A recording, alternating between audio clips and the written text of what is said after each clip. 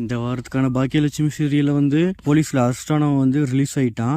அவங்க அப்பா வந்து அரசியலில் இன்ஃப்ளூயன்ஸ் காசில் வச்சு வெளியே கொண்டு வந்துட்டாரு.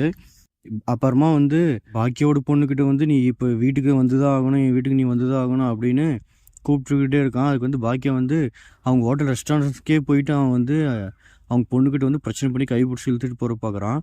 அப்போ வந்து பாக்கியா எங்கள் பொண்ணு நீ பிடிக்கவே கூடாது அப்படின்னு திட்டி அமுச்சு விட்டுறாங்க. என் பொண்ணை நீ கூட்டிகிட்டு போக முடியாது அப்படின்னு சொல்லி அமுச்சு விட்டுறாங்க. அதுக்கப்புறமா எழிலும் கோபியும் அவங்க வீட்டுக்கே போயிட்டு நீ வந்து இதுக்கு மேலே என் பொண்ணுக்கிட்ட சேரவே கூடாது, இதுக்கு மேலே நீ வந்தனே அவள் தான் அப்படின்றாங்க. அதுக்கு வந்து அவன் வந்து நீ என்ன பண்ணுவ அப்படின்னு கேட்குறதுக்கு அப்புறமா எழில் வந்து அவனை அடிச்சிட்டான்.